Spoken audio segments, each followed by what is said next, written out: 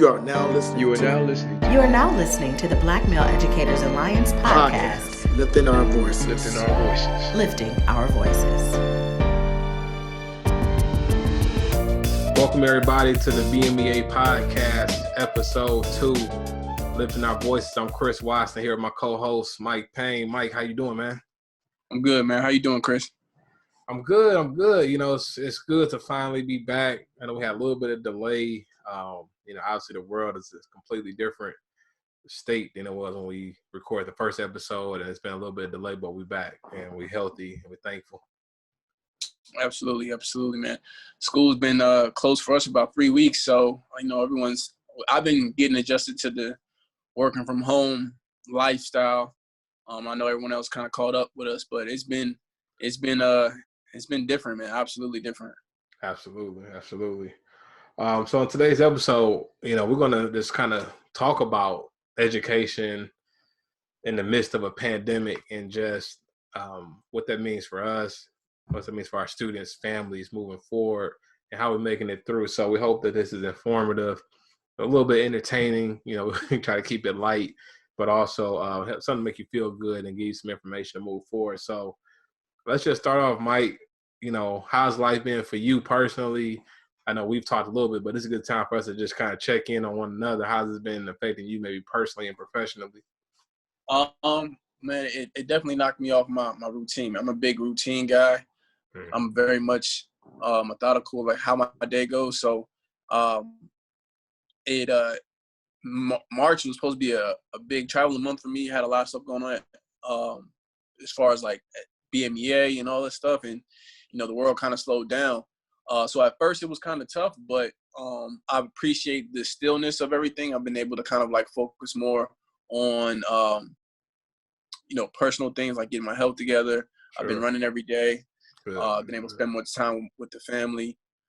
Been able to pick up some hobbies, kind of like, focus more into detail of some of my goals and aspirations. So, there's been a lot of positive to it. You know what I mean? It's a lot of positive. I've been trying to fill my day with some productive stuff to do, and then also just relax.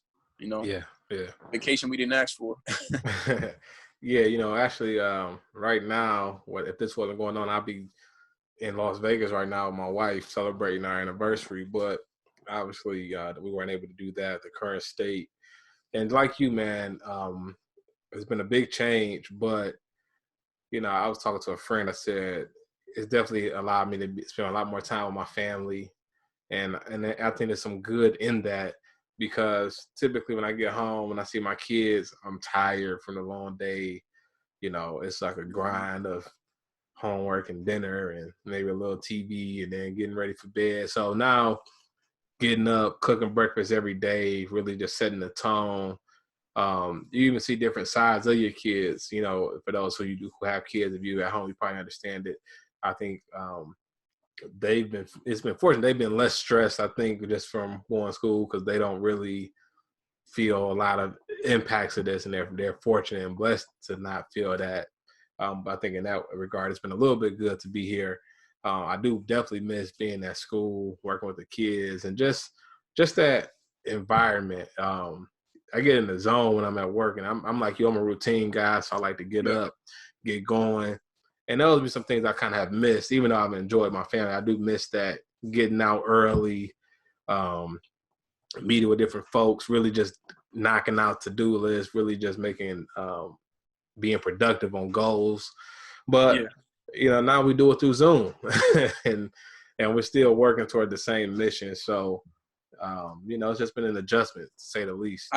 I would say my favorite part of working in the schools was being with the kids and interacting, and every day being something new. You always have a new day with kids. So I definitely miss that, and I miss being around.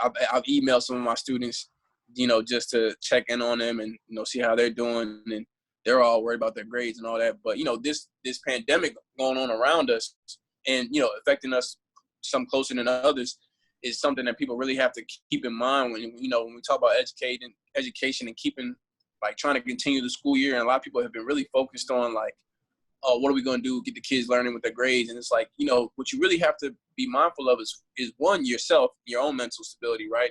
And making sure that you're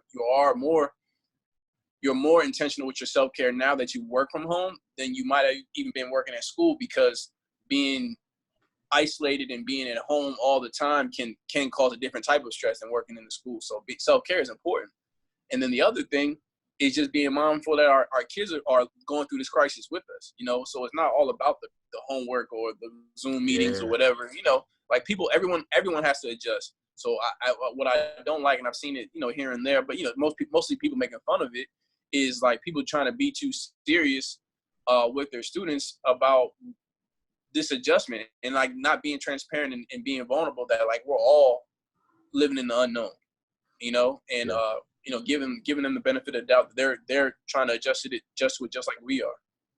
Yeah, man, it's a definitely a balance, because I was just talking with a teacher, and this dude is super dedicated, super passionate, and we were talking through an issue he was having, and, you know, really just problem solving on an assignment that, you know, he knew a lot of students were missing and they needed it in. And it was a great discussion we had, because he's like the teacher who's all about integrity and like still trying to push his students to reach their full, like just trying to hold them to a high standard. Like, I really know you all can do this.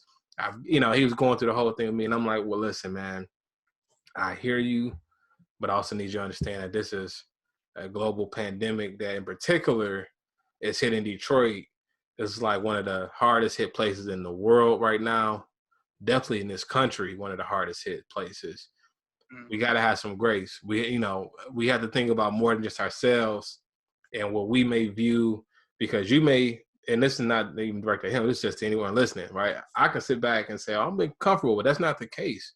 I mean, I've lost someone in my family to this sickness. And I know other people who haven't people even closer to them. You know, this is someone close to my family, but kind of distant, not like, you know, someone I talk to all the time. And I know some students, like we've had students reach out to us, letting us know, like, hey, you know, my mom has the virus, or it's the grandma, my dad. And so you got to keep all those things in perspective. Our education is important, and we're going to we have to go in on education and how we can ensure our students are still getting what they need. You also have to have that sense of empathy and realize that we are trying to survive. This is unprecedented. You know, no one's reading from the playbook of what they did, you know, last time this happened. This is something new for everybody. And we had a great discussion, me and the teacher. It ended well, but it was just, I would have to be that other side for him to say, okay, listen, I hear you. And I love that passion, but right now, let's just not do anything to harm students in their grades. Let's just keep an account that a lot of people going through a lot. And, you know, he understood, and we moved forward. But I understand what you're saying, when we need to be mindful of the things that's going on, just on the are you good sense, you know, how are you making it through? Yeah. And you know, just as it's tough for us to work from home, because even the idea of working home, I don't have to get up and go to work. I can just sit around in my sweats.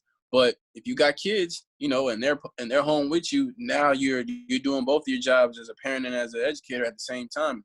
And that, I know a lot of my colleagues and coworkers have talked about, you know, the struggle of trying to help them with their learning while they're doing their meetings.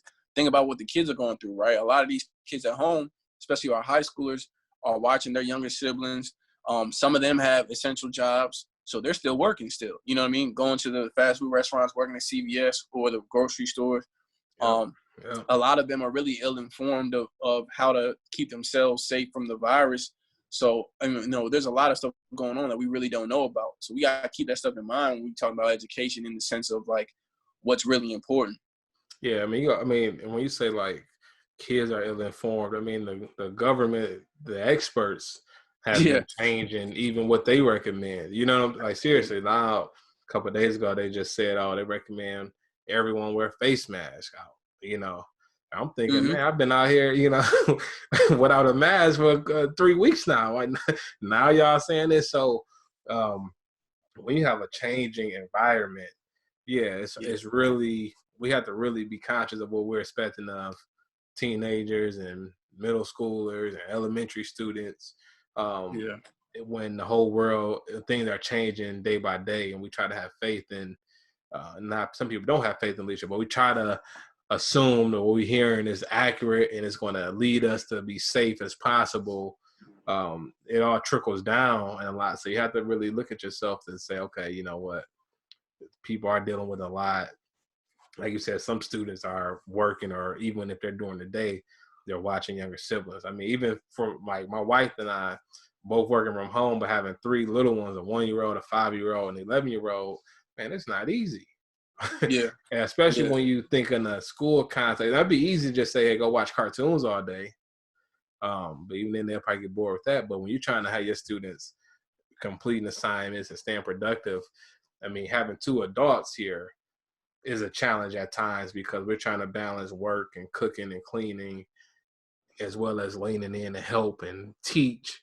So it's a lot going on for a lot of people all across the board, I think.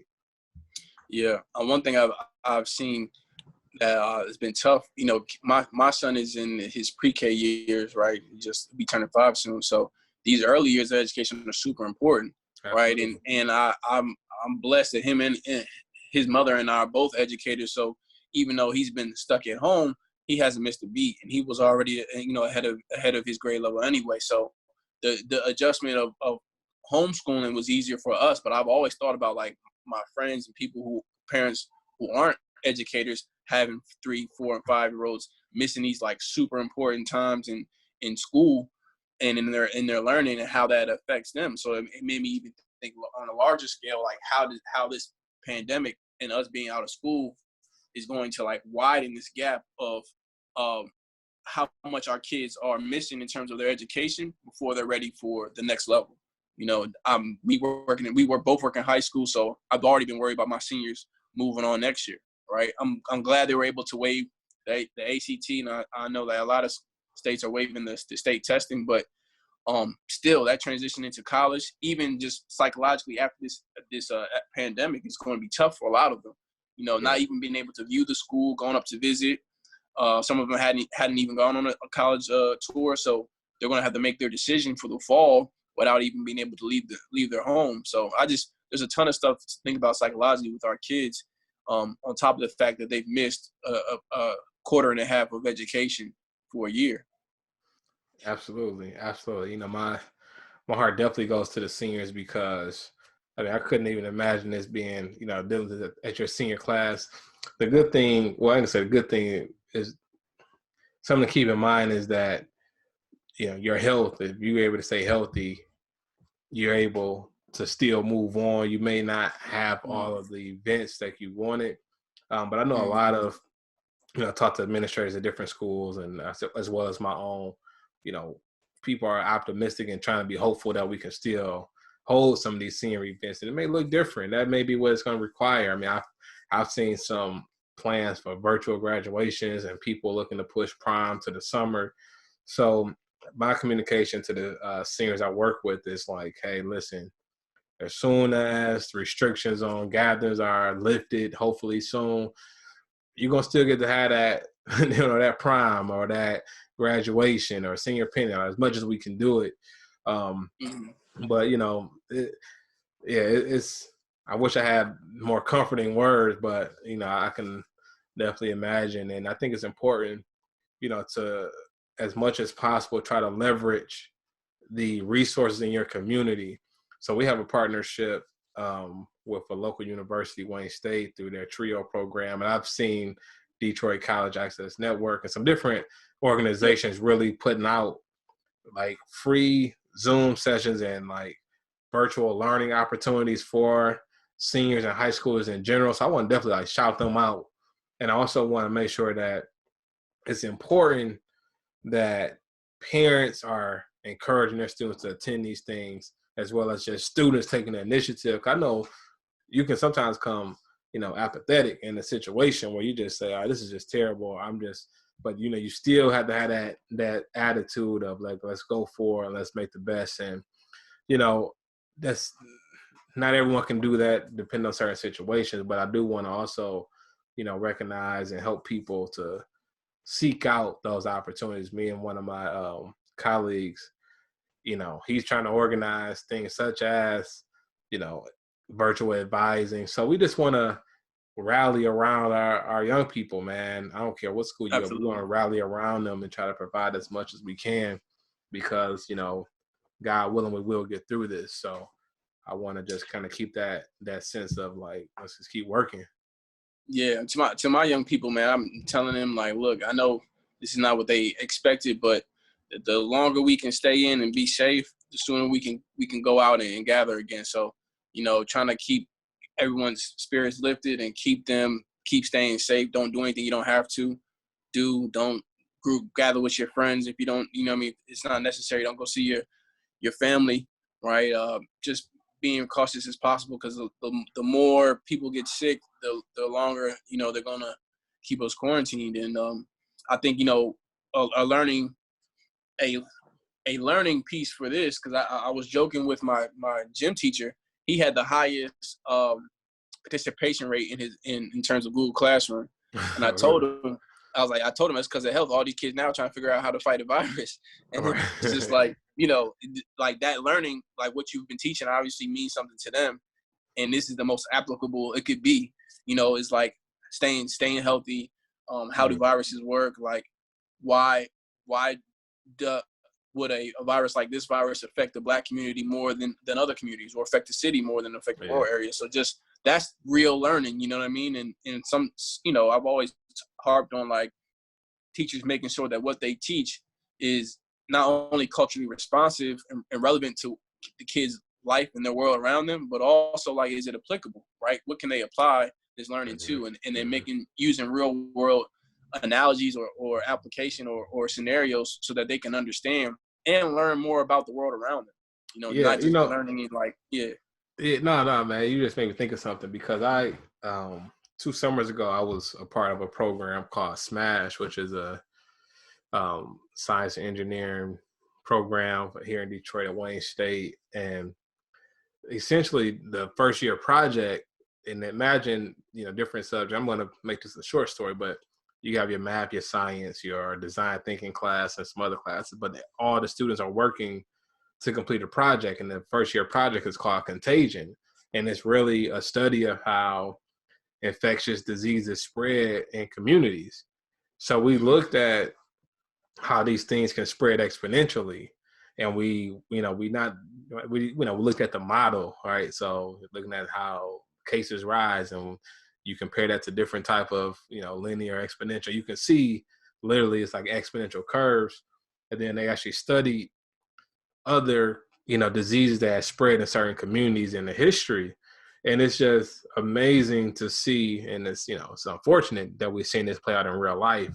But I do think about, when you talk about like a health teacher and just teachers in general, I know for a fact, well, I can't say I know for a fact, but I'm pretty sure all of those students that have that experience, when they see these things, they had a certain awareness of like why it's spreading this way, why you need to social distance. Because I've even heard some adults at first who were kind of skeptical and like, do we really need to do this? But I'm like, yeah, you do. When you don't have a vaccine, when something is very like the rate of spread is so high. The only thing you can do is you have to limit the spread. And so it reminds me of that project, but also helps. It makes me think of students that, like you said, if your learning is not relevant, a lot of people don't like science. They say it's boring or whatever the case. If you haven't been connected to it, you may just hear these warnings on TV and not respond to it the same way, or you may not understand how it can spread the same way. So it just brought up a lot of, that came to mind when you brought that up, man. Yeah, absolutely, man. And even through all that, man, just thinking about like how different learning is looking for our kids and the kids in the city than it is, and even what they're going through, than it is for the kids in suburban communities and private schools. I have a friend in the financial sector who has clients in different educational areas, Troy and stuff like that. And he was saying how like their transition to virtual learning was like almost seamless because kids had laptops, kids already had Google Classroom, so there wasn't that much of a heavy lift on the school system. They just kind of just kept rolling. So kids are having full classroom Zoom meetings in the mornings, and they're going through the normal schedule. And for us, we couldn't do that, right? We couldn't hold kids accountable for a Zoom meeting if we didn't know if they had internet at home. And we're getting about a 20%, 25% participation rate early on. I mean, it's picked up since school stopped, but just in most cases, like I said before, kids not being home, kids' homes might not even have been the safest place for them to be. So them being sheltered in now is tough for a lot of kids. So there's just so many variables that go with this sheltered in and this virtual learning that makes it very difficult for our kids to progress forward. And then also, just like I said before, it widens this educational gap that they're going to have in terms of what they need to know and what they should have learned before they move on to the next level. Yeah, no, I think that's a very important point you bring up. This whole piece of equity here in Michigan. There's a lot of debate on what the governor should do. There's some people who felt almost that school should just stop for the year, even though we're not going in class, but not even having this requirement for schools to continue with like distance or online learning, just because of what you just mentioned, is that while we know people are good intentioned, even in the suburbs or wherever, to say everyone keep learning, but it does have some negative impact on teachers or communities in which those technology resources aren't as readily available, in which it could widen gaps and certain testing and things of that sort. But on the other hand, you have families that are they're begging for those kind of resources because they do want it to continue. So I think it left the world, in particular here in the Metro Detroit area, you see this, I don't want to say divide, but you see like these issues come up, and they leave educators and systems with some hard decisions to make, trying to navigate it. So just talk a little bit about that, Mike. I mean, everyone has cell phones these days. I'm playing, I got a opposing point of view here, but everyone has cell phones. Everybody, what do you mean people can't access information? Like, really, talk us through what you've heard or what you experienced, what because I think that may enlighten someone who, is unaware. Well, a couple of things. One thing is, most of our public schools is no cell phone policies in the classroom, right? So like the difference from going from like learning without your phone to having to learn strictly on your phone is a transition that no one saw coming, right? Wow. The other thing is, and I've harped on this even in previous years, that we as the educational sector have never prepared our kids to have to do independent learning. Like, we don't have independent learners for the most part, and school isn't set up to teach kids how to learn independently, right? Mm-hmm. You still have a lot of math classrooms that are teaching problems, and kids can just photo math it when they go home. They're sending home homework, and the teacher's like, I don't know how to give them work because they can just copy it all of it, or they can just get off the internet. And I was like, what you're telling me is that you haven't figured out how to adjust to the current year that you're living in, because it's not the kids' fault that the resources is there. That's them being resourceful. Is what you're giving them isn't teaching them how to be independent. Now, it is teaching them how to find the answers, but my point is that, like, it isn't a simple answer, but we have to dive deeper into what does it look like for our kids to be independent learners in this world that we're living in now in 2020, right? We have a pandemic that no one's ever dealt with. Kids are having to learn from home for extended periods of time. We got these Zoom meetings, all this virtual learning, whatever the case may be. Like, what does it look like to train a 4, 5, or 6-year-old from the beginning all the way up through high school to learn independently? Because the biggest thing is the information and the resources are available if you learn how to find it and if you know how to digest the information, right? You don't necessarily need me to walk you through how to learn Spanish, because you could download an app and learn it yourself. Go with the app, right? It's the same process. You don't necessarily need me to show you how to solve, systems of equations. You could look it up on Khan Academy, watch the guy do it for you, copy it yourself. But what as teachers, what we're here to do is teach people how to learn, right? And in teaching them how to learn, it's really like getting them from their dependence and their helplessness into one, seeking out the answers for themselves, asking the right questions, and then being able to have that thirst for wanting to know because they want to know, not to answer the question. Does that make sense? Mm-hmm. To do an assignment. Like, I want to know about this because I think this is going to be important to me, or I want to solve a problem, or, there was some purpose to it. And so a lot of what we're going to have to do as educators is really think critically and be critical of what we've been doing to say, like, is this really relevant to where we are now? Yeah. I think, man, it's going to be a lot of lessons learned, right? Looking at practices of the past, but also that's going to have to inform what schools do going forward, because a lot of what you said, right? Have teachers and school overall, I think we try to keep certain technology out, like cell phones, because we say, oh, it's a distraction and kids get off focus instead of necessarily. And some teachers do this. So I know some people looking like, I know there's some people who use it, but that's a tool, right? How do you make the learning engaging enough where, students know this phone is a tool that in a classroom setting is going to help you solve X, Y, Z problem.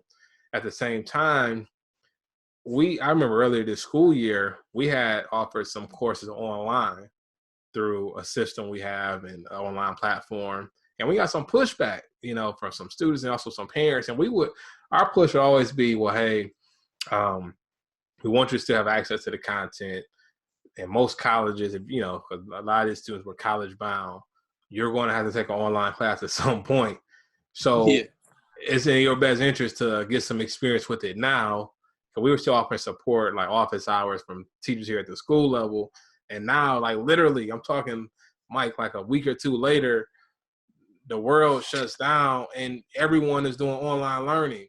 And I think it's not my thing is I'm not focused on those people who were against it before, but now I'm thinking, like, going forward, like, we almost do a disservice if we just ignore the fact that, you do need to know how to engage with technology at this point, because that's how a lot of information is, given out.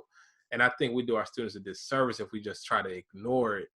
And I also think we have to be conscious, though, of the resources and allocation of resources that makes it more easy for certain people to do it versus others. And that's one thing that's also come across here. I have friends and colleagues who have been able to distribute laptops to all of their schools. Maybe they're in a smaller school, yet larger districts don't have the means to do that. So I think we also have to push our school leaders to be intentional on how you put your phones to your technology, because it's just something to be conscious of moving forward. I'm not trying to demonize anyone, but you want to be able to, absolutely, in the next pandemic, if it ever happens again, where, like you said, like some of those other schools were able to quickly get people up and running, we want to be able to do that for our kids as well, and not say, oh yeah, well, because of this you can't do this, or your learning has to stop. Figuring out how as whether it's districts or schools or whatever, how we can improve the quality of our education through it's less of its interdependence on who's delivering it or how it's being received. You know what I mean? Like, if I'm teaching a math program, or if I'm teaching math, like the quality of how students can receive that math when I'm not in front of them is also important, right? The type of questions I ask, the type of problems or assessments or whatever, the notes I give them, whatever, all those things are important. And goes back to my point, like, are we teaching kids to be independent learners? Because then this is a prime example of when that's really, really necessary, right? So whereas the kids are at home and I'm saying, hey, you need to know this, and this. Like, that's what I'm teaching you. I can answer questions. We can talk on Zoom. These are your problems, but this is what you got to know. They need to have the soft skills to be able to do that. Absolutely. So let's talk from, I want to talk from two levels here. I want to talk to our educators tuning in, and then I want to talk to their students and parents. Let's start with the educators. Like, what is the next steps right now? I mean, right now you probably were at home. You probably, getting some Google Classroom materials up. You kind of in between. You also have your own family. If you got a family, you're dealing with that. What's the next steps you feel educators need to kind of be thinking? How do we get through this situation? And also, what's the implications on this for the fall if we're able to return to schools in the fall? What would you say to that? I mean, as far as educators, to me, the first step, and to me, always most important, is the relationships that you have with your students and your communication. So figuring out however you're going to do it, whatever it's going to look like, keeping your lines of communication open and building that bridge with your students so that you guys can communicate as much as possible. Hopefully, a lot of you educators already have strong relationships with kids, so they've been reaching out. They want to get in contact with you, whatever the case may be. And that's important. I've had kids email me about other classes they have, because I'm not even in the classroom anymore. I'm an instructional coach, but I have kids that I built relationships with who feel more comfortable reaching out to me, asking me for help, and talking to me than some of their teachers. And so it's important that you have that relationship with your students so that they are willing and eager and feel like they have the support to do the work on their own. The other thing is, when in terms of the work that we're assigning, you really have to be reflective on what is this work asking them to do, and how are you proving their learning of it. Like, how do you prove that they've mastered that skill, and what really is that skill? That's why standards are so important. Like, can kids explain it to you? Can they write it out? Can they send you a video explaining the steps? Can they show you an experiment? Can they read you a something they wrote? Like, whatever the case may be, it can look different, but teachers are going to have to be really creative with how they're assessing the students' learning and what they decide to give kids. And just also remember, like, based on what the governor says, like, a lot of this learning might be voluntary, because we can't hold them accountable for whatever the situation is at home. And the biggest message I've sent to my teachers and the students is like, look, you still want to give them the opportunity to learn something, right? So they, regardless of whether or not they do it, don't take it personal. It's not, it has nothing to do with you for the most part, where it's just like a lot of things are out of our control. What we can control is what do we offer our students. We want to still offer them the same quality education that we said that we would offer them when they were in person. Did you want to go to parents, or did you want to? Yeah, I just wanted to say something. I think made a lot of good points. I mean, I think relationships and communication is important. And I think sometimes when teachers hear that, they may assume at the higher levels, like, oh, it's easy in high school. And it may be at some extent, but my son being in kindergarten, I was really, I guess, I don't know, honored or just happy. Like, his teacher has made a lot of efforts to reach out to us. Like, a couple of days in, she gave us a phone call, just checking in, seeing how me and my wife were doing, how my son was doing. And then she set some expectation. Okay, well, hey, I'm working on some stuff to be able to connect with you all online. So she has been emailing resources, and she's actually done a couple of Zoom calls with my son who's in kindergarten. And for him, that made his day. That was like, amazing. And I think what it showed, though, is just the importance of partnership. And me and my son's teacher and my wife, we didn't know her before this year started. We weren't like best friends, but we kept a good line of communication, and really just was focused on my son's development. That's what we have in common here. But it made it easier in this kind of situation to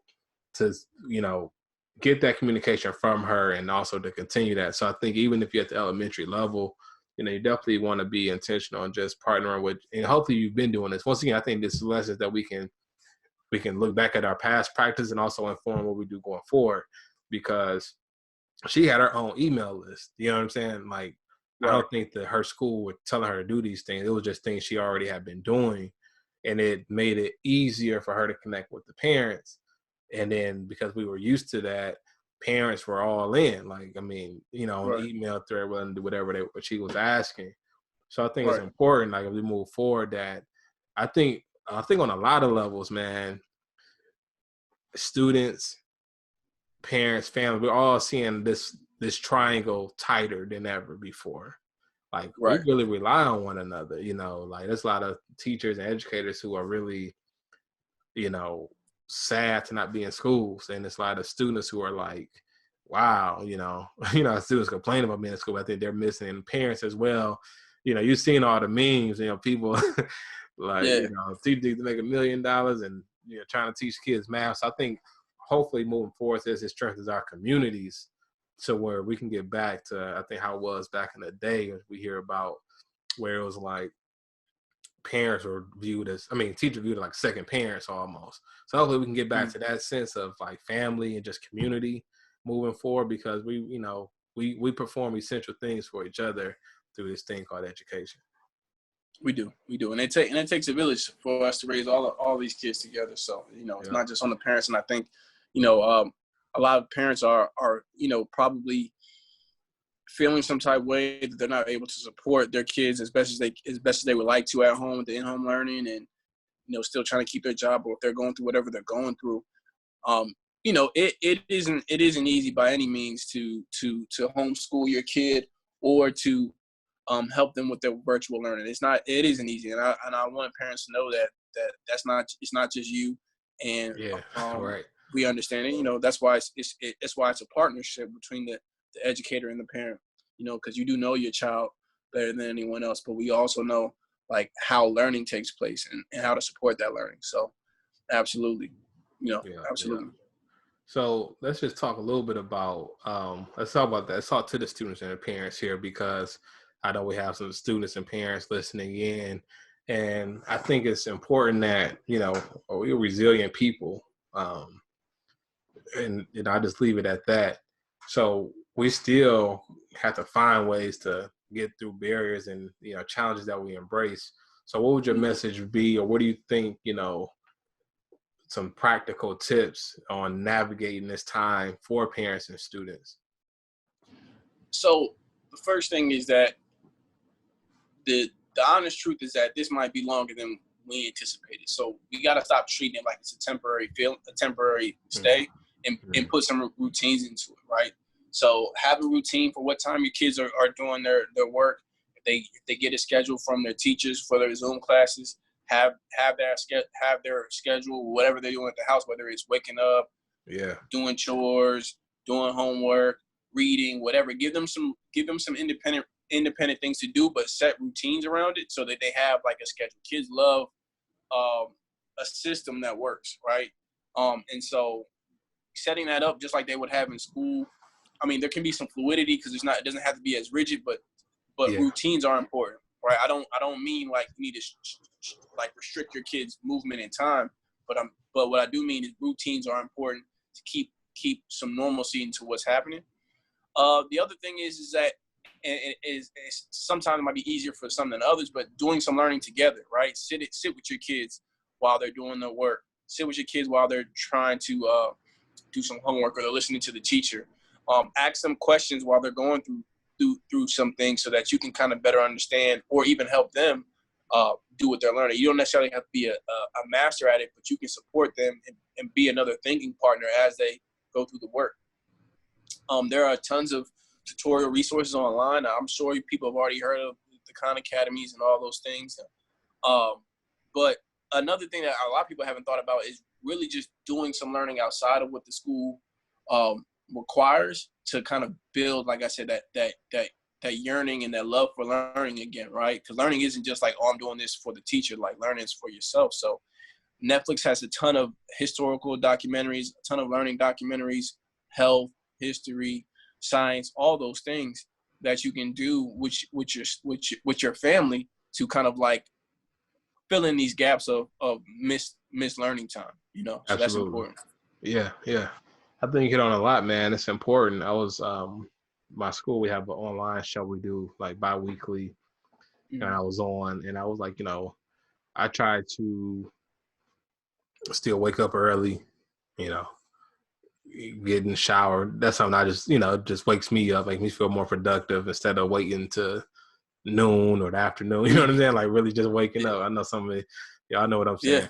So it's like getting I'm not up. there yet, but I'm getting there. Getting up, getting in the shower, eating a breakfast. Really just we'll call the kids down like 9:00. Okay, all right, let's go. They're right at the breakfast, jumping into the work. So we tried to set up a some routine. And we don't, like you said, we all in this together. Every day is not perfect for us, even as educators. Some days my wife and I, she's looking at me like, they don't got nothing else to do. And I haven't probably come in and how they, on the phones watching YouTube when they should be working on some math, So we all together, we're trying to like learn as we go. But there is some things we can do, like having a routine, like you said. And really, I think just finding networks of support, talk to other parents and see what are they doing. Talk to other, if you're a student, talking to other kids. And if you, lift each other up. If you tell someone who's like, oh, I ain't getting online, I ain't doing nothing, man, encourage your friend. Like, come on, what are you doing? We got to go back to school in a couple months. This ain't permanent. Like we have to keep learning. Yeah. The world is going to keep going, and we don't want to be behind because of this. So you want to always put that at best foot forward, your best effort forward, and leverage what you do have. And like you said, take those advantages, those opportunities to learn. I'm a big documentary person. I'm not the hugest person, but it's not always about watching the shows I find entertaining. Sometimes it is just to inform me or to learn about something new. Right. Things I had never been exposed to, just because I think it keeps that your brain. I look at it as a muscle. It keeps it in shape when you are giving it new experiences and forcing yourself to have to understand something that is totally unique or foreign to you. It allows you to grow. So that's some of the things I would give to both parents and students, just as far as learning at home and no matter the context you find yourself in. Absolutely. And with that, like you're saying, once you build a routine, you can kind of plan ahead on what do you want to fill that time with, whether it's reading a new book, watching a new documentary, doing their homework, or whatever it is, however that time is spent. If you set some routines around, all right, this is what this time is going to be allocated to, you'll be able to come up with more things. And then what you realize is that the day kind of moves fast when you have things to do. Oh yeah. And this time at home can be spent productive and fruitful if you do it right. Absolutely. Well, I know we're going a little bit long. We're going to get ready to wrap up soon. Mike, can you talk a little bit about how we want to get questions from you all, the listeners, the viewers, for our next episode? Talk a little bit about that, and then I'll tell people where they can find us online. So what we want to do is answer any questions parents, educators, students have for us here at the BMEA podcast. So when we post, you see us post and preview about about the podcast, let us know what questions you have. You can email us. Chris is going to give you the email that you can use. But we're on Twitter, we're on Facebook, we're on Instagram. You can always send us DM us your questions, but anything in education related that you want to talk about, any topics you want to have, or guests you think we should have, just let us know. Just keep us engaged, and we'll definitely answer as best as possible. Absolutely. And, if you haven't already done so, if you're watching this on YouTube, definitely subscribe to our channel on YouTube. If you're on Facebook, like us, follow us on Instagram, and make sure you're on the mailing list, because we have a lot of information we'll be sending out. We have some upcoming events. We had a fellowship coming, and we're going to have some more information on that out very soon, I believe. Moving forward with the work, even in this time, we're making adjustments as an organization, and we have some collaborations coming up that we are excited to be revealing very soon. Not this moment, but we're going to be revealing that with some national organizations. Really just continue to do the work. And I think now more than ever, Mike, there's a need for Black male educators and Black educators in general, all of these different communities of people, to be able to support one another and continue to do this work, because we're all committed to the education of our students. That's what really links us all together, and it's important that we have these kind of outlets and the ability to connect with each other and follow each other. Absolutely. Yeah. So we'll get ready to wrap it up. I do want to just shout out the email. I didn't say, if you have any comments, questions on the podcast, you can email us at podcast@bmeaofmichigan.org. Once again, that is podcast@bmeaofmichigan.org. You can reach us there with your comments, questions, or any kind of feedback, and we look forward to hearing from you. Mike, I'm gonna let you close us out. Anything you want to say? Yeah, first I want to shout out and rest in peace to Marlo Stoudemire, man. He's one of Detroit's local community leaders. He passed because of the virus that's been affecting our community. Marlo was one of the first people I met when I came to Detroit. He opened a space to me and my partner when we started a educational program. And he was a good friend and a good mentor. And I just want to say rest in peace. And also sending my condolences to everyone that has lost someone during this tragedy. Absolutely. I think that's a great way to close it out. Just really sending our love, our peace, well wishes. We know we want everyone to be safe and healthy. Please adhere to the social distance, and this thing is real. We don't even exactly know how it spreads. So one of the best things you can do is just stay, hopefully in a safe spot as you hear this in your home, because we don't want to lose any more people. We've lost a lot of people here in Detroit and Michigan, around the world. So if you have lost someone, we definitely do send our prayers and condolences. And on that note, we're going to sign off. This is the BMEA podcast. We look forward to seeing you soon. Take care. Peace.